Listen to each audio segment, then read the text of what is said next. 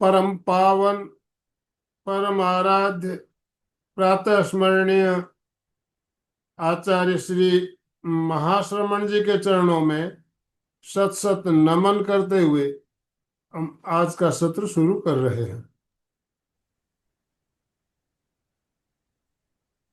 त्रिपदी वंदना। वंदे अरहं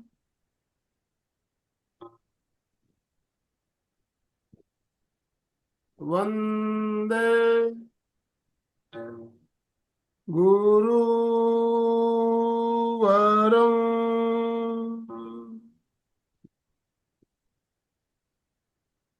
वंदे सत्यं।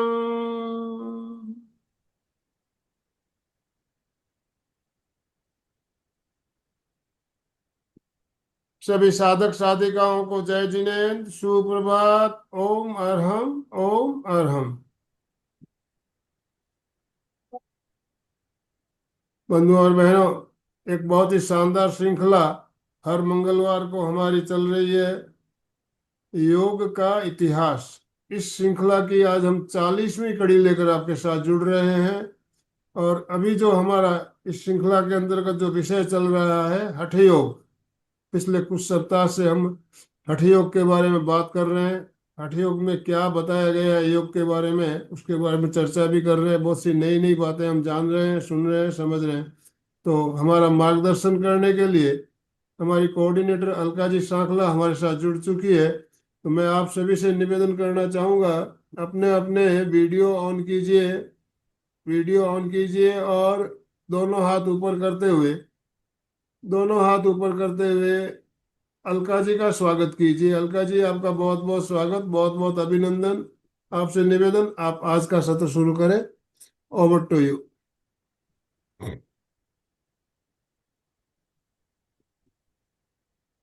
जय जिनेन्द्र, गुड जय जिनेन्द्र, मॉर्निंग। जय जिनेन्द्र, शुभ ओम हर हर। प्रभात विथ स्माइल।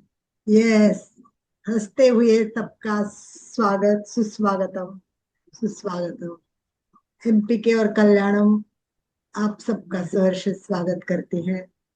और सबको पता है, शुरू में थोड़ा रिलैक्स होना है, थोड़ा सा गुरु को याद करना है, प्रार्थना करनी है, और फिर अपने टॉपिक के ऊपर चर्चा करेंगे। तो चलिए, थोड़ा सा रिलैक्स होने का प्रयोग करते हैं।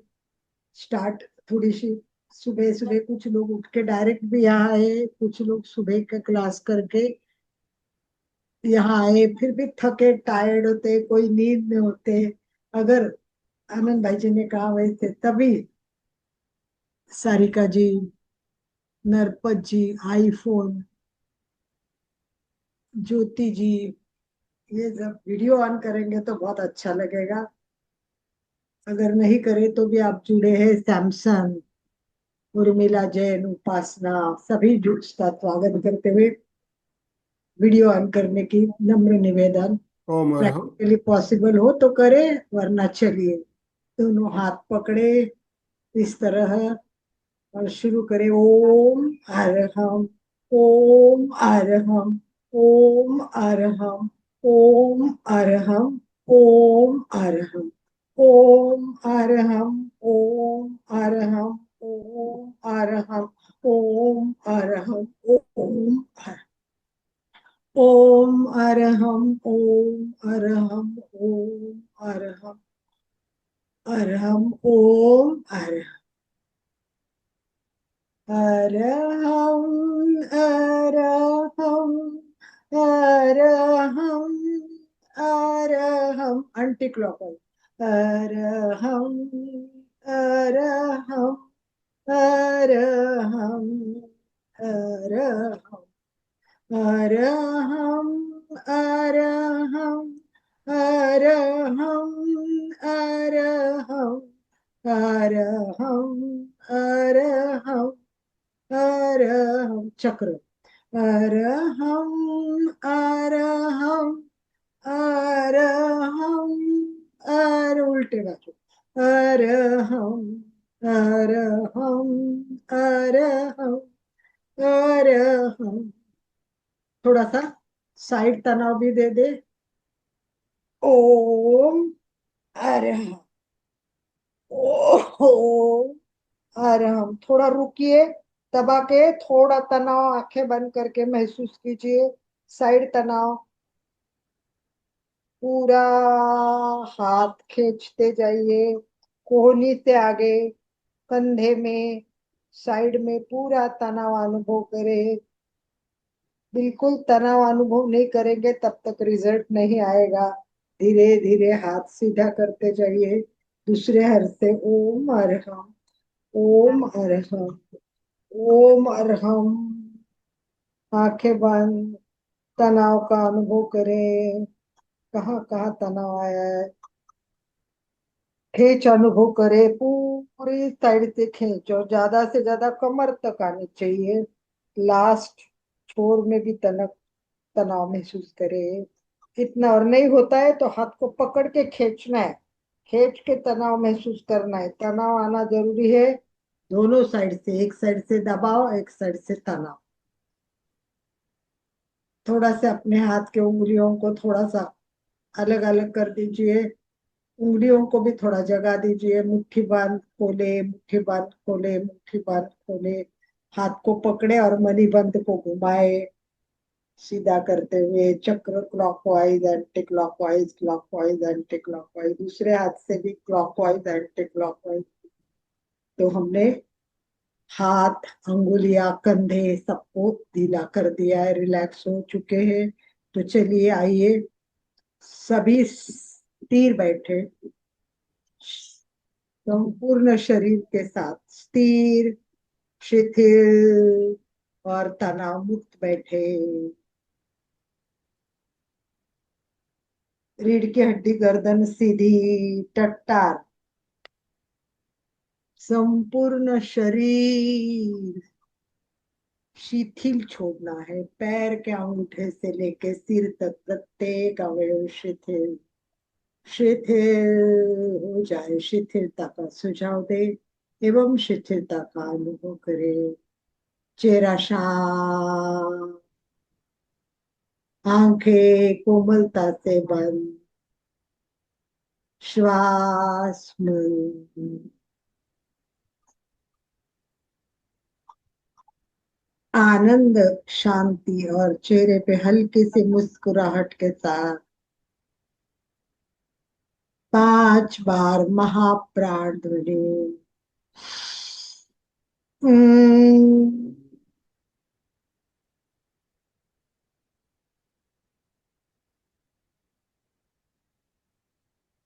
जिसका पूरा होगा श्वास भरेंगे और सेकंड शुरू करेंगे।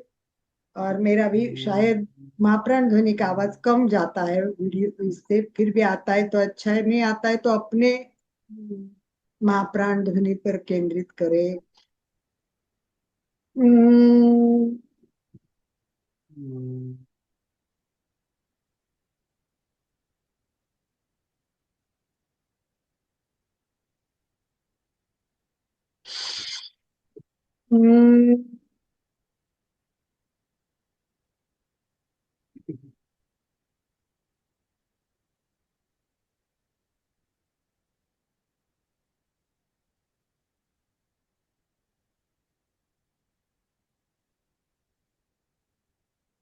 Last one.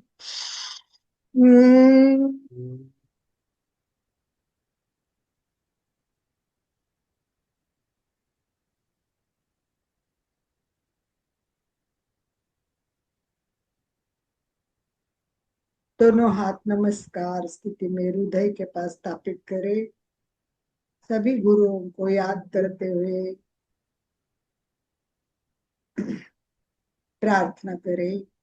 गुरुर ब्रह्मा, गुरुर विष्णु, गुरुर्देवो महेश्वरा, गुरु साक्षात पर ब्रह्म, तस्मै श्री गुरवे नमः, गुरवे नमः, गुरवे नमः। सीधे बाजू से हाथ नीचे। कई बार मैं देखती हूँ, मैं हमेशा बताती हूँ कि आपको हाथ नमस्कार स्थिति में करके हृदय के पास स्थापित करने, पर लोगों के हाथ मुंह पे क्यों आते हैं मुझे समझ में नहीं आता है। यहाँ हाथ रहते हैं नमस्कार स्थिति में। तारिका जी का भी हाथ यहाँ था। तो हाथ को नीचे हृदय के पास स्थापित करना है और 90 डिग्री अंतर अंगूठे में, कि मैं हृदय से नमस्कार कर रहा हूँ। तो अपने नमस्कार को व्यवस्थित करने की कोशिश करें। मुझे लगता है ये बात मैंने कई बार, अनेक बार बता चुकी हूँ, फिर भी जब भी देखती हूँ इस तरह खड़े रहते हैं लोग। जब मुंह मुंह के सामने या अपने टुड्डी के पास में हाथ आता है, वैसा नहीं आना चाहिए। एकदम हृदय कहाँ है, आनंद केंद्र कहाँ है। अब इतने साल के बाद ये छोटी छोटी बातों को ध्यान रखना है। तो चलिए क्लास की शुरुआत करते हैं। हठ योग। हठ योग का अभ्यास करने के लिए तैयार बैठे हुए वीडियो ऑन और वीडियो ऑफ वाले साधकों को मैं प्रश्न पूछना चाहूंगी। कितने लोग आज हठ योग में पहली बार आज आए हैं? ऐसा कोई है क्या इसमें? नहीं है तो गुड जॉब। यस, अच्छा, उर्मिला जी पहली बार आई है। उर्मिला जी पहली बार आए। तो चलिए, कोई एक जन हमारे में से, रीना जैन छोड़ के, रीना को तो आता ही है, रीना छोड़ के अगर कोई बताए कि हठ योग क्या अर्थ क्या है, हठ योग का अर्थ उर्मिला जी को बता दीजिए, ताकि अपन थोड़ा सा पीछे का क्या बोलते हैं सर्वे किए 5 मिनट में पूरा उनके सामने पिक्चर खड़ा कर देते हैं अपने 2-3 क्लास में जो हुआ है। एनीवन हाथ ऊपर कर सकते कि मैं बता सकती हूँ कि हठ योग क्या है। काफी एक्सप्लेन किया हुआ है, काफी अच्छी तरह से हमने चर्चा की है, बताया हुआ है। कितना क्लियर है आप लोगों को वो भी पता चलेगा। एनीवन? यस। हटे योग अभी ये सुचिता बता सकते हैं, परंतु वो थोड़ी काम में है और नोटबुक भी देखना पड़ता है उसको।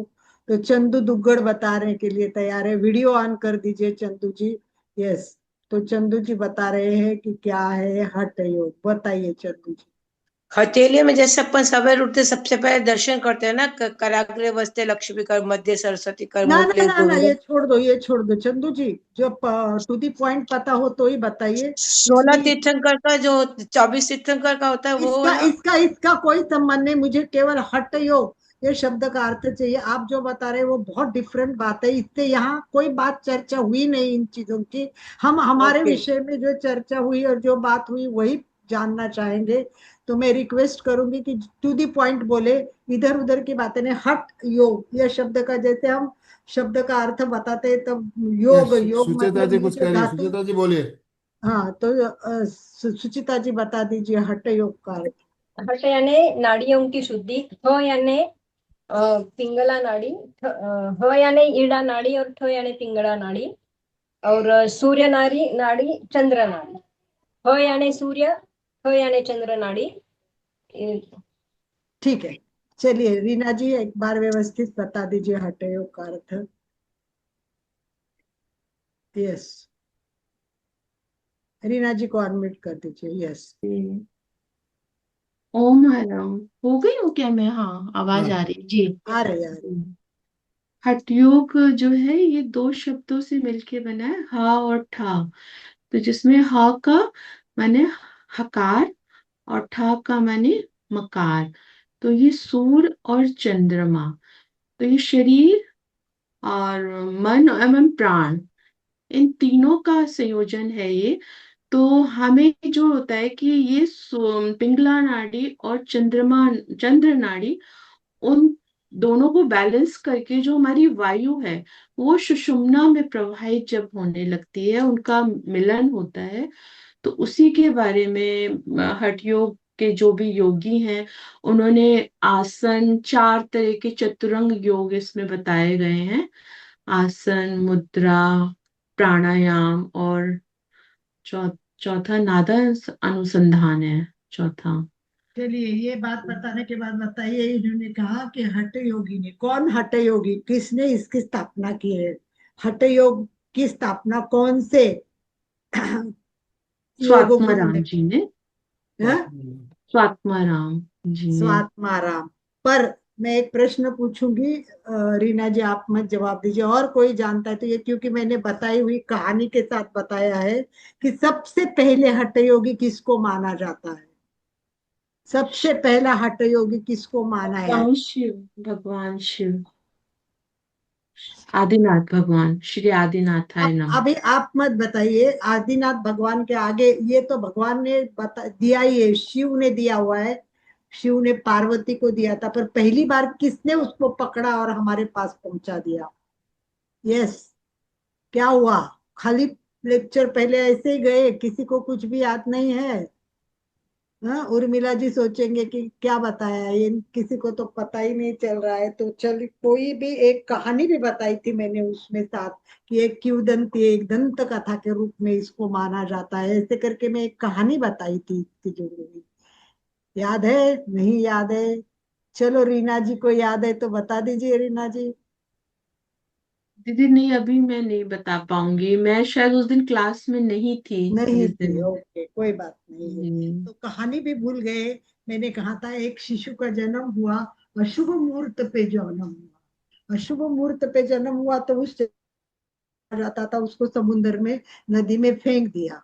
नदी में जैसे ही फेंक दिया, एक मछली ने उसको निगल लिया, एक मच्छी मच्छी ने उस बच्चे को निगल लिया, और वो मच्छी के पेट में रह गया। और वो पेट में रहने के बाद मछली नीचे तल पे, क्या बोलते, समुद्र के तल पे पहुंच गई, और वहां शिव पार्वती को योग का रहस्य बता रहे थे। अच्छा। शिव पार्वती को योग का महत्व बता रहे थे, और उस बच्चे ने पेट में, मछली के पेट में बैठे हुए बच्चे ने ये सब, संगीता जौहर ने नाम लिखा है मच्छंद्र नाथ, करेक्ट संगीता, एग्जैक्टली। तो नारायण। वो मच्छी के पेट में था, और वहां उसने ज्ञान लिया, और जब वो सिद्ध प्रबुद्ध साधक के रूप में बाहर आया, तो उसने ये सब अपने शिष्यों को बताया, और ये मत्स्य के पेट में रहा, इसके लिए इसका नाम था मच्छंद्र नाथ। वो बाहर आया और उसने हठ योग बताया। तो चलिए बताइए, उसके बाद उसका कौन सा प्रमुख शिष्य ऐसा है कि जिसने ये योग आगे बढ़ाया? गोरखनाथ। गोरखनाथ, करेक्ट, गोरखनाथ ने ये हठ योग आगे बढ़ाया, और इस प्रकार ये नाथ परंपरा से जुड़ा हुआ है, नाथ परंपरा से। ठीक है, तो चलिए उर्मिला जी, थोड़ा समझ में आया आपको बेसिक में जी कि? जी तो जी। सर इसका एक श्लोक है सबसे पहले, वो वाला मुझे याद है, इस समय आ रहा है। पहला श्लोक है, श्री आदिनाथाय नमोस्तु तस्मै येनोपदिष्टा हठ योग विद्या विभ्राजते प्रोन्नत राजयोग मारोट्टमिर्मेध्यात् धीरो वाह, वाह, वाह, क्या हृदय। बात है, वेरी गुड, श्री बहुत अच्छा, ओम, आदिनाथाय नमः, श्री आदिनाथाय नमः। Very good. सब एक बार ओम और हम करे रीना जी के लिए। और उर्मिला जी क्या पूछना चाहती है, उनको अनम्यूट करे, उर्मिला जी। बोलिए उर्मिला जी, बोलिए। ये उर्मिला, अनम्यूट करके बात कीजिए, अपने आप को अनम्यूट कीजिए। हो रहा है वापस क्या म्यूट, अनम्यूट आपका? वापस म्यूट, हाँ बोलिए। जय जिनेन्द्र साहब। आ रही है, आपकी आवाज आ आवाज रही आ है? रही। हाँ आ रही आवाज है। आ रही है, बोलिए, आप बोलिए, ओके ओके। जो जल्दी जल्दी, शिव टाइम। जी उस मछली को पार्वती जी को बता रहे थे, तो मछली के सामने बता रहे थे क्या? नहीं नहीं मछली तो नहीं। पानी में वो घूमती रहती है इधर उधर, और वो शिव पार्वती तो वहां स्तपन थे, और वो अपने को एक्सप्लेन कर रहे थे, तो मछली के पेट में वो सुन रहा था। ये किंवदंती, अच्छा उसको वो, बोलते हैं दंत कथा है, पता नहीं ये सच है कि नहीं, परंतु ये इतिहास में इसका नोन किया गया है कि इस तरह मच्छंद्रनाथ को ये नॉलेज प्राप्त हुआ, और कुछ सालों के बाद वो मछली के पेट से बाहर आया, तब एक अच्छा मतलब क्या बोलते हैं उसको, कि वो प्रबुद्ध एक सिद्ध बन गया था। हट तो योगी।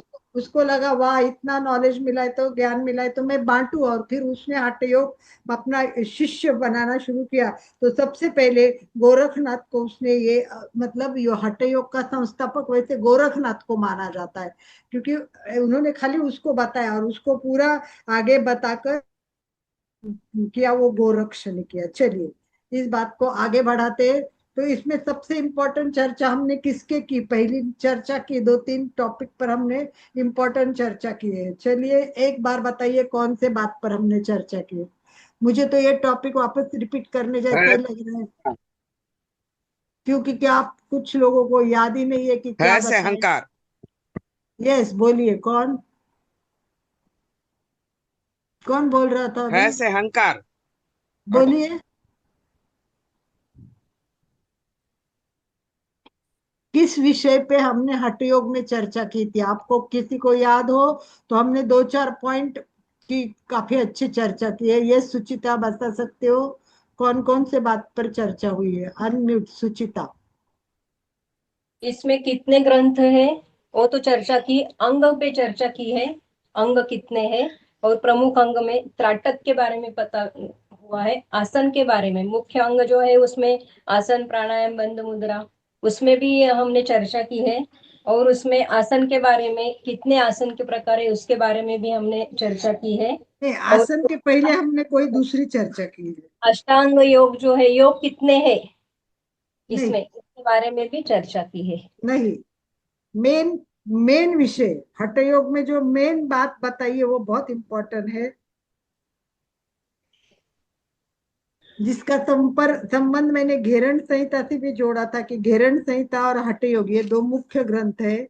और सबसे इम्पोर्टेंट हमने बहुत सारी बातें डिस्कस की है, उसमें कुछ इम्पोर्टेंट पॉइंट्स मुझे चाहिए, अगर इसी को किसी को याद आता है तो चलिए मैं एक बार रिपीट कर देती हूँ कि सबसे पहले हमने पूर्व तैयारी कैसी करनी है उसके बारे में जाना। उसमें हमने जगह कैसी चाहिए, मठ कैसा होना चाहिए, कितना लंबा कितनी ऊंची, गोबर से उसको कैसे साफ करना चाहिए, उसमें क्या क्या व्यवस्था होनी चाहिए, ये सब वर्णन मैंने किया। उसके बाद मैंने कहा कि पतंजलि ने 5 यम नियम बताए, परंतु हठ प्रतिपक ने 10 यम नियम बताए, वो भी मैंने वर्णन किए। उसके बाद में मैंने साधक और बाधक तत्व, 6 साधक तत्व और 6 बाधक तत्व बताए, उसका हमने काफी अच्छा वर्णन किया। और उसके बाद एक इम्पोर्टेंट पॉइंट पे वर्णन किया है।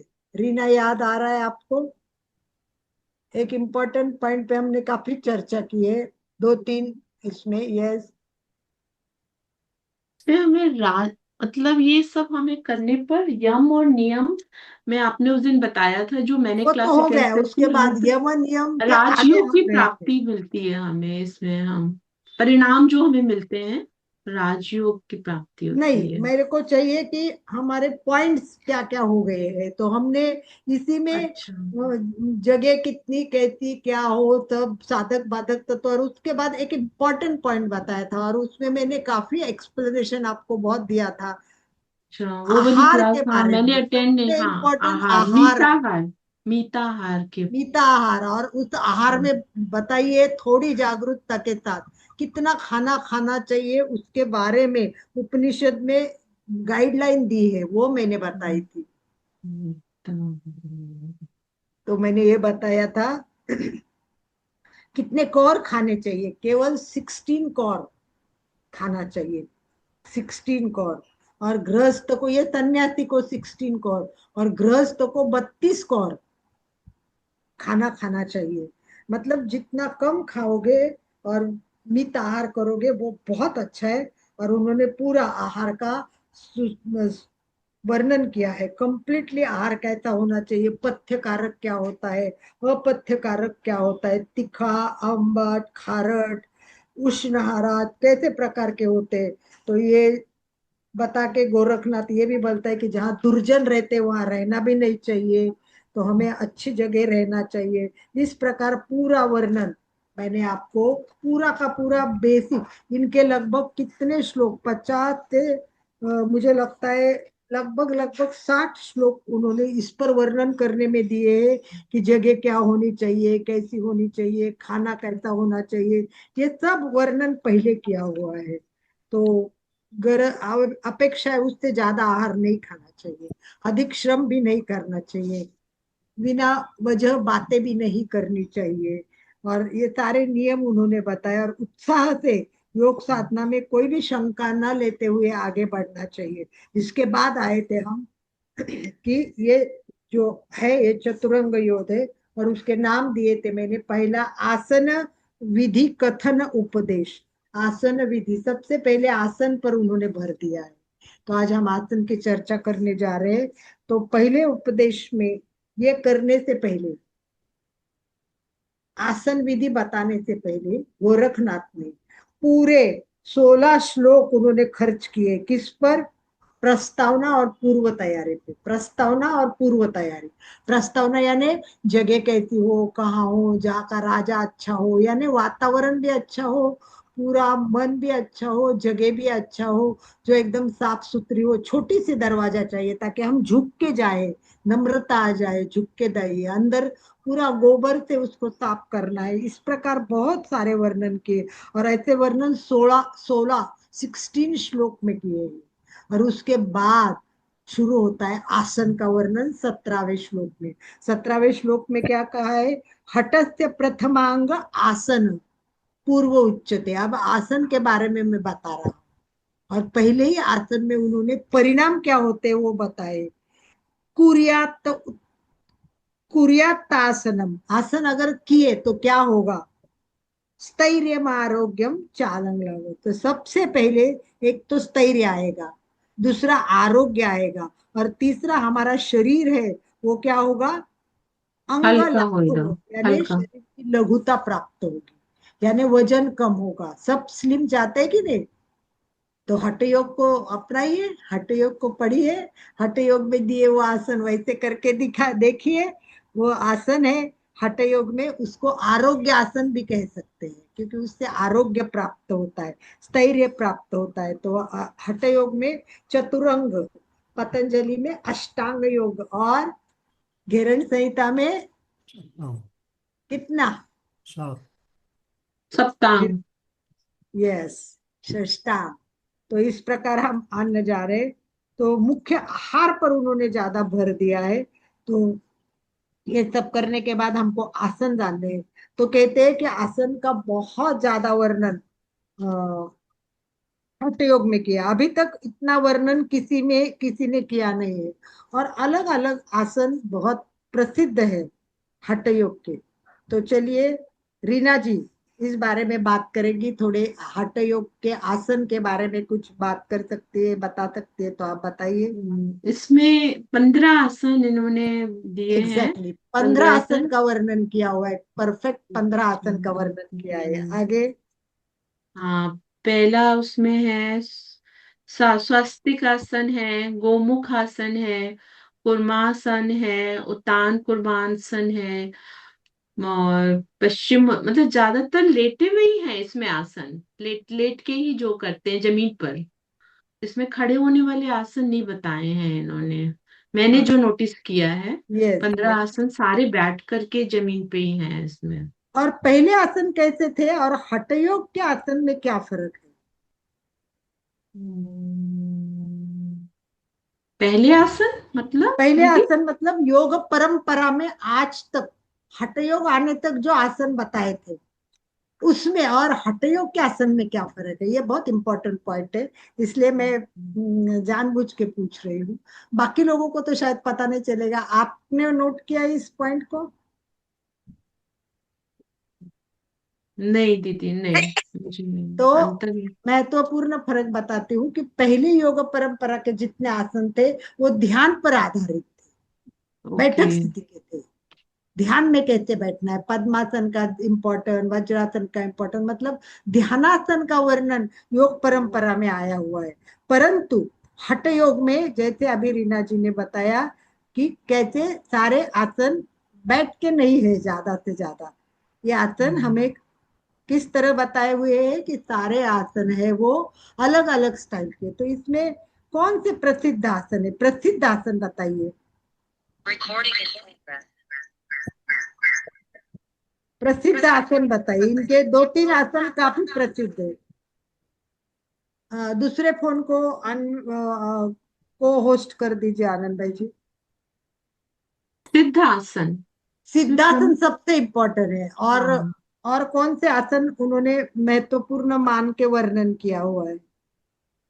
पश्चिमोत्तानासन को मतलब बहुत नहीं, लाभ। पश्चिमोत्तानासन नहीं। पर नहीं सबसे ना। ज्यादा इम्पोर्टेंट उन्होंने आसन को जो दिया है, कहते हैं कि वो आसन है ना, वो कुक्कुट आसन और मयूरासन, इनका वर्णन अच्छा। काफी अच्छा आता है। Okay okay okay. थोड़े हार्ड होते हैं ये आसन करने में, परंतु ये जैसे हम्म, कुक्कुट आसन, ये देखिए, ओके ओके ये ओके। कुक्कुट ये तो आसन जमीन से ऊपर उठ गए हैं। जमीन जमीन से से। ऊपर उठकर आसन किया है, इतना मतलब इसमें आना चाहिए। थोड़ा हार्ड होता है। और ऐसे ही हम्म, सेम मयूरासन भी हार्ड होता है, वो भी जमीन पे हम्म, ऊपर हाथ पर मतलब पूरा मयूरासन किया जाता है। ये देखिए, ये आसन थोड़े हार्ड होते हैं। मयूरासन है ये मयूरासन है। तो इस प्रकार के वर्णन हठ योग ने बहुत सारे किए। और मयूरासन तो बहुत लोग कहाँ कहाँ खड़े होके देखिए, कैसे कैसे कहाँ, देखिए कहाँ खड़े हुआ और कहाँ कर रहा है। तो मयूरासन बहुत लोग करते हैं, और कुछ कुछ लोगों के पैर बहुत ऊपर तक भी जाते हैं मयूरासन में। ये देखिए, एक फोटो देखिए, पूरा पैर कितना ऊंचा गया है। ये योग विद्या धाम का फोटो है। इसमें मैं हाथ बहुत शक्तिशाली होने चाहिए तभी कर ये सकते हैं। तो सभी शक्तिशाली शरीर को इम्पोर्टेंट दिया, हठ हम्म, योग ने सबसे इम्पोर्टेंट शरीर को दिया है। और हम्म, बहुत सारे आसन, तो आसन की पूरी लिस्ट भी मिल जाएगी आपको। और आपको पूरा 15 आसन कौन से बताए, क्या बताए। तो इस प्रकार बैठना, ये पहले ध्यान आसन का ज्यादा इम्पोर्टेंट था। और जैसे जैसे हठ योग में आ गए, उसने बाकी के आसनों का वर्णन शुरू कर दिया। तो इस प्रकार आसनों का बहुत ज्यादा इम्पोर्टेंट है। और इसमें सबसे इम्पोर्टेंट हमने लास्ट टाइम चर्चा की थी, वो आसन है, वो है सिद्धासन। सबसे सिद्धांत। इम्पोर्टेंट आसन। तो जी। चलिए सभी सिद्धासन में बैठने के लिए तैयार हो जाइए। सबसे रीना को हाईलाइट कर दीजिए आनंद भाई जी, और रीना जी दिखाएगी, और मैं दो, वर्णन करती हूँ। दोनों और पैर सामने की तरफ कर लेंगे, दंड एक आसन में बैठ एक जाएंगे। मिनट, एक मिनट रीना जी, सबको बैठक स्थिति में आना है। सबसे पहले सभी बैठक स्थिति में आए, नंबर एक। नंबर जी। दो, रीढ़ रीना की जी जैसे पैर को एकदम वो कर दीजिए, स्ट्रेट कर दीजिए, सीधे बैठिए सभी। रीढ़ की हड्डी यस। आपकी बिल्कुल सीधी होनी चाहिए, गर्दन सीधी। और दोनों हाथ आपके यहाँ पर आसन से सटे हुए होने चाहिए, आपके कटी भाग के बगल में। और दोनों पैर एकदम सामान्य और घुटना जमीन से लगा हुआ होना चाहिए। ये है दंड आसन की स्थिति। इसके बाद हम बायां पैर जो है वो मोड़ करके हम अपनी गुदा द्वार के पास, शिवनी के पास लेकर के आएंगे यहाँ पर। देखो पैर है ना, वो जितना आप एड़ी टच कर सकते हो उतना करो। और दूसरा तलवा है, वो पैर के नीचे नहीं जाएगा, खाली बाजू में रहेगा। जी। सबसे इम्पोर्टेंट बाजू में रहेगा। हम्म, तो शरीर का जो अपना पैर है, वो फोल्ड करके बिल्कुल व्यवस्थित रखना। फर्स्ट स्टेप, सेकंड स्टेप, चलिए बताइए। अब दायां पैर भी मोड़ करके हम एड़ी से एड़ी के ऊपर लेकर के आना है। पंजे के ऊपर आप लेकर के फिर एड़ी से एड़ी मिलाइए, ये चीज अंदर, बायां पैर अंदर और फिर दायां पैर उसके ऊपर, एड़ी से एड़ी मिलनी चाहिए। ये है आपकी सिद्धासन की स्थिति। और दोनों हाथ आपके ज्ञान मुद्रा में। ठीक है दीदी। बिल्कुल ठीक है। आप देखिए, सबसे इम्पोर्टेंट बात है कि हमें क्या करना है सिद्धासन में। सबसे पहले जो हमने एड़ी के ऊपर एड़ी, ये नंबर वन ध्यान रखना है कि एड़ी के ऊपर एड़ी आना बहुत जरूरी है। ये देखिए, एक बार मैं भी दिखा देती हूँ। ये एड़ी है, ये हमारी एड़ी है, ये टच हो गया है। और ये टच होने के बाद बिल्कुल हाथ से उठा के रखो चाहे तो, पर बराबर एड़ी पे एड़ी ही आनी चाहिए। दोनों एड़ी एक के ऊपर एक होनी चाहिए। इस हम्म। प्रकार देखिए, ये एडी के ऊपर एडी है, ऐसे हाथ, ये हम जनरली बैठते हैं ना सहज आसन में, तो ये अंगुलियां अंदर जाती है, अंगूठा ऊपर आता है, और ये एडी एडी के आगे होती है, एडी में अंतर होता है। अब इसमें क्या करना है, एडी के ऊपर एडी, और जो एडी है हमारी टच हो गई है जना, हमारे शिवनी को बोलो या जननांग को, और इसके ऊपर ये आसन रखा है। तो ये दोनों इस तरफ फोल्ड होना बहुत जरूरी है, इसलिए वो क्लोजअप दिखाया है। और हाथ में फिर आप प्राण मुद्रा भी कर सकते हैं, जिससे प्राण का प्रवाह हो सकता है। किसी को सूट नहीं करता है तो वो ज्ञान मुद्रा भी कर सकते हैं, और आसन के इस स्थिति में भी आ सकते हैं। राइट। तो चलिए सिद्धासन के बारे में और बता सकते हैं तो बताइए, इसके बेनिफिट्स बोलिए, या इसके बारे में और जो कुछ रीना जी जानते हैं आप बता दीजिए, फिर मैं बता देती हूँ। सिद्ध आसन से, क्योंकि ये हमारा इसमें जो मूलाधार चक्र है वो हमारा पृथ्वी तत्व के साथ जुड़ा रहता है, तो हमारे वहां के जो भी कोई भी रोग होते हैं किसी भी तरह के, वो हमें नहीं होते हैं, और वो आधार है, हमारे जीवन का आधार है। तो इसलिए सिद्ध आसन को इसमें सबसे इम्पोर्टेंट बताया है कि ये एक ध्यानात्मक आसन भी है, और इससे आपके बॉडी का जो पोस्चर होता है, नीचे आपका लोअर भाग जो होता है, क्योंकि ऊर्जा जो होती है हमारी यहीं से ऊपर की तरफ चढ़ती है, हमारी ऊपर कुंडली हमारी नीचे होती है। तो हमें जब तक हमारी पोजीशन ठीक नहीं होगी शरीर की, तब तक हमारी जो वायु का सुषुम्ना में जो प्रवाह होता है, जब बैलेंस होती है, तब तक ऊपर नहीं हो सकती है। तो इसलिए सिद्ध आसन बहुत बहुत अच्छा माना गया है। बस कुछ थैंक सावधानियों यू। को ध्यान दीजिए। एक तो हमेशा खाली पेट करना चाहिए, ठीक और है। ऐसे कहते हैं कि सिद्धासन ग्रंथ में लिखा है कि पूरे दिन में एक बार ही करना चाहिए, परंतु ऐसा कुछ नहीं, हम कर सकते हैं इसको। दूसरा, जिनको घुटनों का दर्द है, मोड़ते हैं ना घुटने, तो बहुत तकलीफ होती है, तो जिनको घुटनों का जोड़ों का दर्द है उनको ये आसन नहीं करना चाहिए। साइटिका और रीढ़ की हड्डी के निचले भाग में अगर दर्द है, निचले भाग में पेन होता है, तो उनको भी ये आसन नहीं करना चाहिए, क्योंकि ये ज्यादा स्ट्रेट होता है ना, तो थोड़ी सी तकलीफ हो जाती है। तो इस प्रकार ये आसन का बहुत ज्यादा इम्पोर्टेंट है। आप वीडियो देख सकते हैं, इसके बहुत सारे वीडियो आते हैं, बहुत सारे वीडियो है। तो ये सिद्धासन करने से कहते कि मतलब हठ योग में सबसे ज्यादा इंपॉर्टेंट दिया है वो सिद्धासन को दिया है। सुशील कुमार जी बीच में कुछ पूछना चाहते हैं तो एक बार पूछ लीजिए, उनका कोई प्रश्न हो तो। यस सुशील जी, आप वीडियो ऑन कीजिए और फिर बात कीजिए। हाँ। हाँ, जय जयेंद्र अलका जी, इसमें मूलबंध लगा सकते हैं क्या? हाँ मूलबंध लगाओ ना, बहुत अच्छा होता है। ये जितने फायदे है ना, वो अनेक एक के साथ एक जुड़ने से ज्यादा फायदे होते हैं। ठीक है अलका जी। मैंने मैंने इसके लिए ना रीना एक बहुत अच्छी 3 सेंटेंस बताए थे, अभी किसी को याद है क्या? बहुत अच्छी सिद्धासन का इम्पोर्टेंट बताने के लिए मैंने 3 सेंटेंस बताए थे। याद आ रहा है तो सुचिता जी बुक ढूंढ रही है, किसी के मेमोरी में आ रहा है तो विचार कीजिए। जो स्वात्मा राम ने कहा था, ये भी मैंने कहा था कि स्वात्मा राम ने ये बात बताई। याद है किसी को? रीना आपको भी याद है? क्या चीज दीदी, फिर से एक बार पूछिए, नहीं मैं समझ पाई। मैंने कहा कि सिद्धासन का इम्पोर्टेंट बताने के लिए स्वात्मा राम ने कही हुई एक बात मैंने बताई थी, कि जो जिससे सिद्धासन का महत्व बहुत स्पष्ट हो जाता है। नहीं दीदी, आप ही बताइए, नहीं याद है। सुचिता नहीं मिला, ये इम्पोर्टेंट था, लिखना चाहिए था सुचिता, बहुत इम्पोर्टेंट है। देखो स्वात्मा राम ने कहा था, जिस प्रकार, ध्यान से सुनो आप, और दिमाग में उसको फीड कर दो, जिस प्रकार केवल कुंभक जैसा कोई कुंभक नहीं। कुंभक के बहुत प्रकार है, अंत कुंभक, बाह्य कुंभक, पर केवली कुंभक, केवली कुंभक क्या होता है किसी को पता है तो अपन बाद में चर्चा करेंगे। परंतु केवली कुंभक जैसा कुंभक नहीं, खेचरी मुद्रा के समान दूसरी मुद्रा नहीं, खेचरी मुद्रा के समान दूसरी मुद्रा नहीं, नाथ के समय कोई लय नहीं, नाथ के समय कोई लय नहीं, उसी प्रकार सिद्धासन के समान कोई दूसरा आसन।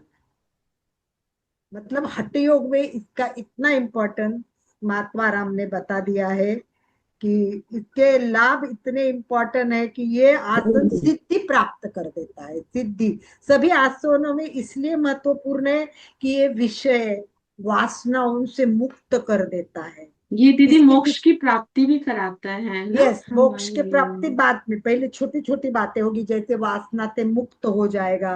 और ये केवल सुशील जी मूल बंध नहीं तो तीनों बंध बांध के भी कर सकते हैं। तीनों बंध में भी इस तरह जालंधर बंध, उड़ियान बंध और मूल बंध, तीनों बंध के साथ भी ये आसन लग सकता है, क्योंकि इजी है। देखिए ये सिद्धासन हो गया, आप दिख रहे हैं। और इसमें अपन ने मूल बंध बांधा, पर मूल बंध लास्ट में बांधना है। पहला कौन सा मूल बंध बांधना है?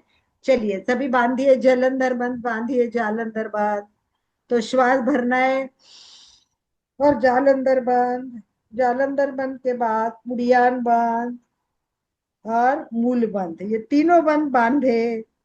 स्थित नाड़ियों की शुद्धियां बहुत होती है, प्राण तत्व आराम से ऊर्ध्वगामी हो सकता है, मन एकाग्र होता है, विचार पवित्र बन सकते हैं।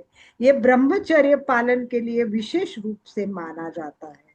और इसके लाभ में तो बहुत बताया है। तो जो बैठे हैं ना वो तभी करे आसन, भले तीन बंधन ना बांधे तो भी चलेगा, परंतु सबको आसन करना है। कितने लोग कर रहे हैं आसन? मुझे कुछ लोग, एक दो लोग करते हुए नहीं दिखाया। उर्मिला जी शायद आप कर नहीं रही है, तो आपको करना है आसन, सबको करना है ये आसन, सबसे इसको इसमें इम्पोर्टेंट है। मुक्तासन भी और वज्रासन भी नाम दिया गया है हाँ, पर इसमें। इसको, ये तो केवल सिद्धासन ही है, और अपन सिद्धासन का इम्पोर्टेंस दिया है इसलिए बता रहे। तो इतने फायदे मैंने बताए, इसके साथ साथ में ये भी बताया है कि ये आसन करने से पाचन क्रिया अच्छी होती है, श्वास के जो रोग है और हृदय के रोग है, अजीर्ण है, अतिसार है, ये सारे दूर होते हैं। मंदाग्नि, पेट में मरोड़ आता है, वात विकार होते हैं, क्षय, दमा, मधुमेह, इन सब के लिए ये आसन बहुत उपयोगी है।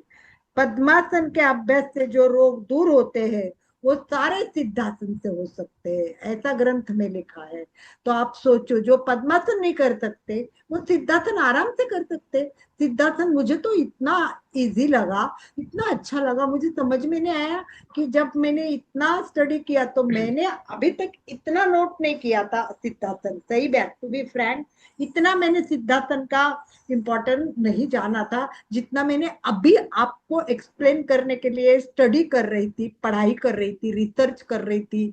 तो मुझे ये बार बार आया था कि सिद्धासन बहुत इम्पोर्टेंट, सिद्धासन बहुत इम्पोर्टेंट। तो ध्यान रखना है, स्लिप डिस्क वाले ना करे, बल पूर्वक नहीं करे, कमर की शिकायत हो, नीचे दर्द हो तो नहीं करे, गुदद्वार के भी किसी को रोग होते हैं, बविसार होता है, बवासीर होता है ना किसी को, बवासीर, ऐसे रोग होने वालों को ये नहीं करना है। पर बहुत सिंपल और इतना रिजल्ट देने वाला आसन, आई एम सरप्राइज, मुझे भी इतना मजा आया, इतना अच्छा लगा। ऐसा लगा कि ये आसन हर एक को करना ही चाहिए और इसका इम्पोर्टेंट जानना चाहिए। तो सभी आसन में सिद्धासन क्यों इम्पोर्टेंट है, ये सब आप यूट्यूब पे जाके थोड़ा ढूंढ लीजिए। सिद्धासन करने का सही तरीका, सही फायदा आप सब जान लेंगे। लास्ट में मैं एक दो पॉइंट आपके साथ शेयर करती हूँ और फिर मैं बंद करती हूँ। हठ योग में आसन का वर्णन बहुत आता है, अगले टाइम 15 आसन के नाम की लिस्ट के साथ आइए और 15 आसन की लिस्ट अपन कर लेंगे। और बता देती हूँ कि इसमें क्या क्या बातें बताई। एक मित आहार का वर्णन, षटकर्म, ये शब्द आज किसी ने यूज नहीं किया, षटकर्म इंपॉर्टेंट बताए हुए हैं। षटकर्म के बाद आसन आता है, आसन के बाद प्राणायाम आता है, प्राणायाम के बाद मुद्राएं आती है और मुद्राएं के बाद ध्यान आता है। इन सब का वर्णन हठयोग ग्रंथ में किया हुआ है। और 80 1880 में, 1880 में ये हठयोग इम्पोर्टेंट गया पश्चिम देश में, फर्स्ट टाइम 1880 देश में, अमेरिका में ये सब जगह फैल गया।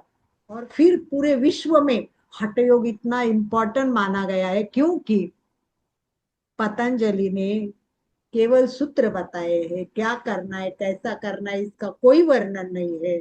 हम तो सामान्य इंसान है, हम सूत्र से क्या समझेंगे।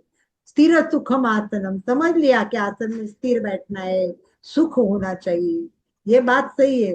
परंतु कौन सा आसन करना है, कौन से आसन में स्थिर बैठना है, कौन से आसन में सुख पाना है, कैसा करे आसन, ये सब राजयोग तक पहुंचने की सीढ़ी है, वो है हठयोग। तो हठयोग इस तरह 18 से 80 में दुनिया भर में फैल गया आधुनिक योग के नाम से। और 19 से 20 के हठयोग की स्कूलें खुलने लगी, विद्यालय खुलने लगे। बॉम्बे में सबसे पहले योग संस्थान खुला, उसके बाद मैसूर में कृष्णाचार्य विद्यालय खुल गया, कृष्णाचार्य विद्यालय। और ये कृष्णाचार्य विद्यालय में बहुत सारे शिष्य तैयार किए गए, जैसे देसिकाचार, पट्टमी, मतलब उधर के नाम है वो, साउथ के, पट्टमी जोइस, इंदिरा देवी। और सबसे फेमस नाम आपको पता होगा अयंगर, अयंगर नाम सबने सुना होगा। तो अयंगर ने ये योग, फिर ये सारे योगी ने वहां से योग सीखा और कृष्णाचार्य से योग सीखा, और फिर अपनी भाषा में अपने पद्धति से उसका नाम दे दिया, अलग अलग नाम दे दिए। किसी ने विनय सा योग कर दिया, किसी ने अयंगर ने अपना अयंगर योग कर दिया। इस प्रकार हठ योग सर्वप्रथम योग है और सर्वोपरि उपयुक्त योग, सबसे इंपॉर्टेंट ये सर्वप्रथम है। सर्वप्रथम होने के बाद सर्वोपरि इम्पोर्टेंट है। और इसमें शरीर और मन का अभ्यास किया गया है और समाधि तक जाने के लिए रास्ता बताया है। सबसे इम्पोर्टेंट है हठयोग का षट योग, षट कर्म, क्योंकि शुद्धि क्रिया किए बिना, वो बोलते हैं कि आप पूरा अंदर से गंदगी नहीं निकलोगे तो प्राणायाम कैसे तो सीधेगे साधेगा, और प्राणायाम नहीं साधेगा तो धारणा ध्यान कैसी होगी। इसीलिए पहले आसन करो, शरीर को स्थिर करो, फिर प्राणायाम करो, षट क्रिया करना बहुत जरूरी है।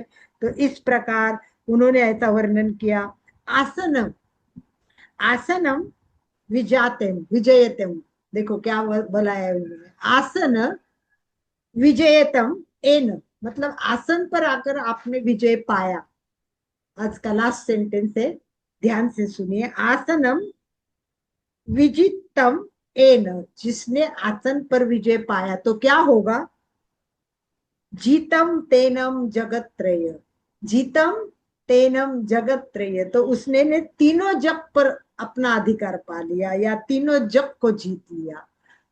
इतना आसन को उन्होंने इम्पोर्टेंस दिया है और कहा जिसने आसन को जीता, पर आसन साधना चाहिए, जीतना चाहिए, तब वो तीनों जगहों को जीतने का आनंद हमको मिलेगा। चलिए इसी के साथ चलते हैं हम एंड प्रयोग के लिए, कुछ प्रयोग प्रयोग करेंगे हम। तो षट कर्म, षट कर्म में त्राटक इम्पोर्टेंट है, मैंने बताया था त्राटक की तैयारी करके भी आना, ये भी बताया था। तो चलिए आज थोड़ा सा त्राटक कर लेते हैं।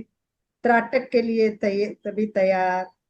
सिद्धासन का बहुत वर्णन है, इतना वर्णन मैं मेरे क्लास में नहीं कर पाऊंगी, तो इसीलिए हमें शॉर्ट में जितना समझ सकते उतना करने का है। तो सभी त्राटक के लिए तैयार। मैंने करवाया भी था त्राटक, याद हो तो आपको। ये त्राटक दृष्टि का अभ्यास है, योग और ध्यान के लिए भी इम्पोर्टेंट है। और टकटकी लगाकर देखना, टकटकी लगाकर देखना है, स्थिर बैठना है। पहले आप सिद्धासन में अच्छी तरह बैठ सकते हैं तो सिद्धासन में बैठिए। अगर सिद्धासन में आप कंफर्टेबल नहीं हो तो प्लीज जिस आसन में आप कंफर्टेबल हो उस आसन में बैठिए, आराम से बैठिए। और हमें एकाग्र होके ये आसन करना है। तो मैंने बोला बोला था घर में एक जगह कीजिए, कितने फुट की दूरी चाहिए, उसमें एक बिंदी टिपका लगा दीजिए, 3 फुट की दूरी है। सुचिता जी ने तुरंत हाथ कराया, 3 फुट की दूरी, करेक्ट। ये देखिए ऐसा पॉइंट होना चाहिए, मैं अभी दिखाने वाली थी, थैंक यू आनंद भाई जी, ये बहुत इंपॉर्टेंट है। और ये इस तरह एक बिंदी पे, चलिए अब ये बिंदी बहुत सुंदर दिखाई, अभी मैं उसको ही हाईलाइट करने वाली थी। बहुत हमारे में कितना कोऑर्डिनेशन है देख लीजिए। तो चलिए तभी सिद्धासन में बैठे हैं, रीढ़ की हड्डी सीधी, कोशिश करें कि जहाँ आपका वीडियो है या क्या बोलते हैं मोबाइल है, वहां से ये लगभग 3 फुट का अंतर हो और आंखों के सामने ये बिंदी आ जाए। शांत आरामदायक बैठे। मैंने तो एक बार बोला भी था कि इस क्लास में तब मोमबत्ती लेके आ जाइए और 3 फुट का अंतर और किसी पे मोमबत्ती तैयार रखिए, फिर हम मोमबत्ती पे त्राटक करेंगे। अब इतना लोगों को याद भी नहीं रहता है, कोई लाएगा भी नहीं, तो ये बिंदी अच्छी है। तो अब उस बिंदु पर अपनी नजर को केंद्रित करते हुए बिना पलक झपके आंखों का चश्मा उतार कर आप बिंदी पर नजर केंद्रित करें। सेटिंग कीजिए बराबर, अपने लगभग लगभग आंखों के सामने होनी चाहिए। देख लीजिए, आंखों के सामने उसको लाने की कोशिश कीजिए। अगर नहीं है तो आप थोड़ा सेट हो जाइए और एकाग्र होके देखना शुरू कर दीजिए और अपने आप को अनुभव करते जाइए कि कितनी देर आप रख सकते, कितनी देर रखते वो इम्पोर्टेंट है। आपका पलक झुकना नहीं चाहिए, आंखों में जलन थोड़ी होनी चाहिए, तो जलन होगी तब पानी आएगा। अब मैं शुरू कर रही हूँ, चलिए रेडी हो सब? एग्जैक्टली इसी समय शुरू करते हैं। मैं कितनी देर सकते वो मैं टाइमर लगा रही हूँ और मैं देखना शुरू कर दिया है। एक बिंदु पर आंखों को केंद्रित करें। त्राटक करने से मन शांत होता है, विचार कम होते हैं। ध्यान के लिए एकाग्रता चाहिए, वो इसमें आ सकती है। देखिए इसमें कुछ कुछ अनुभव आएंगे, बीच में की बिंदी चमकने लगेगी, उसके साइड में व्हाइट प्रकाश दिखेगा, साइड में जो ब्लैक प्रकाश है वो भी चमकेगा। तो आपको पीछे का बैकग्राउंड सब भूल जाना है, पर बिंदी पर केवल केंद्रित करना है। कोशिश करना है केवल बिंदी दिखे, दिखते जाइए। अभी भी दिख रही है, मेरी आंखें तनी हुई है और आंखें अभी थोड़ी थोड़ी थोड़ी सी बोलने लगी है, अरे बहुत तकलीफ हो रही है, जलन हो रही है। पर मैं बोल रही हूँ नहीं, जब तक आंखों में पानी नहीं आएगा मैं पलके झुकाने वाली नहीं। मैं पलके नहीं झुकाऊंगी, मैं एक टक सामने देखूंगी और मैं देख रही हूँ। अब मेरे चारों तरफ से पानी इकट्ठा हो रहा है धीरे धीरे, आंखों के चारों तरफ से। ऊपर से भी पानी आ रहा है ऐसा लग रहा है, साइड से भी आ रहा है ऐसा लग रहा है, नीचे से भी आ रहा है, परंतु बीच में स्थिरता है, बहुत स्थिरता है, अभी भी स्थिरता है। बहुत अच्छी तरह से मैं देख रही हूँ, बिल्कुल मेरी पलक नहीं झप रही, क्योंकि मैं सूर्य के ऊपर त्राटक करती हूँ। मैं हमेशा उगता सूर्य, जहां भी सूर्य दिखने लगता है, उगता तो नहीं दिख सकते पर मेरे घर पे जहां सामने सूर्य आता है, मैं बैठ के कई बार सूर्य की तरफ एक टकी टक टकी करके लगा के देखती हूँ, बिना पल के झपके हुए। आप देख लीजिए खुद को, घड़ी में देख के अनुभव करना है कि मैं कितनी देर इसको देख रही हूँ, देख सकती हूँ, देख सकती हूँ। अभी मुझे ऐसा लग रहा है सब फीका फीका लग रहा है, सब मेरे को थोड़ा सा धुंधला सा हो रहा है। हो सकता है मेरे आंखों के पानी सामने आ रहा है। मेरे अनुभव मैं एक्सप्लेन कर रही हूँ, सबके अलग अनुभव हो सकते हैं, इसलिए अपने में कहा है अपना सच में से जा। सबको स्वयं सत्य खोजना है, खुद को आंखों को टकटकी लगाकर देखना है कि कितने सेकंड रख सकते हैं। मैं अभी रख रही हूँ, अभी मेरा पानी आंखों से नीचे नहीं आया है, मेरे पूरे आंख पानी से भर गई है, पूरी आंख भर गई है और अभी नीचे पूरा पानी जम रहा है। वो नीचे टपकने के लिए मुझे लगता है नीचे पानी जमना पड़ता है। अभी काफी पानी, जैसे बरसात होती है वैसे साइड से पानी आ रहा है, ऊपर से पानी आ रहा है, और मेरे नीचे की जो भाग में पानी इकट्ठा हो रहा है। वाह, आप लोगों के कारण मैं ये अनुभव एक्सप्लेन कर रही हूँ, ले रही हूँ। वाह, अभी भी मेरा पल के झुकी में ये आंखें, जलन कम हो गई है पता नहीं। यस, यस, मेरे राइट आंख से पानी का टिपका आ रहा है, आ रहा है। यस, यस, आ रहा है।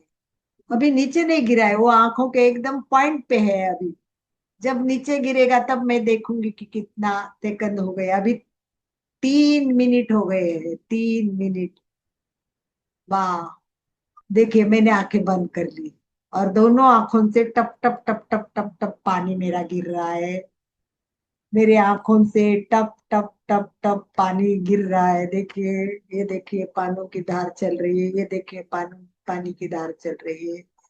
सुचिता अभी भी एक टक देख रही है। देखिए उसकी नजर कितनी एक टक टकी है। मेरी 3-4 मिनट में पूरी हो गई। सुचिता अभी भी देख रही है। और कौन कौन अभी देख रहा है? बहुत अच्छा, मेरे आंखों से धाराएं चल रही है, पानियों की धारा, पूरी धारा चल रही है। पानी टपक टपक पड़ रहा है अभी। इसके बाद आंखें बंद करके बैठना है थोड़ी देर के लिए। यस, प्रयोग करेंगे तभी तो फायदा होगा, तभी तो मजा आएगा ना। वीडियो बंद करके बैठेंगे तो क्या पता चलेगा आप क्या कर रहे हो। तो सबसे इम्पोर्टेंट है, आपको ध्यान करना है तो थोड़ा साथ में जुड़ना चाहिए, साथ में वीडियो खोल के बैठना चाहिए।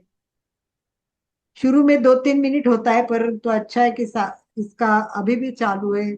सुचिता का, सुचिता बहुत अच्छी तरह से एकाग्र हो गई है और एक टक देख रही है। Very good. आपको कोई तकलीफ हो रही है तो बिल्कुल आंखें बंद करनी है। असुविधा, दर्द किसी में भी इसको रखना नहीं है।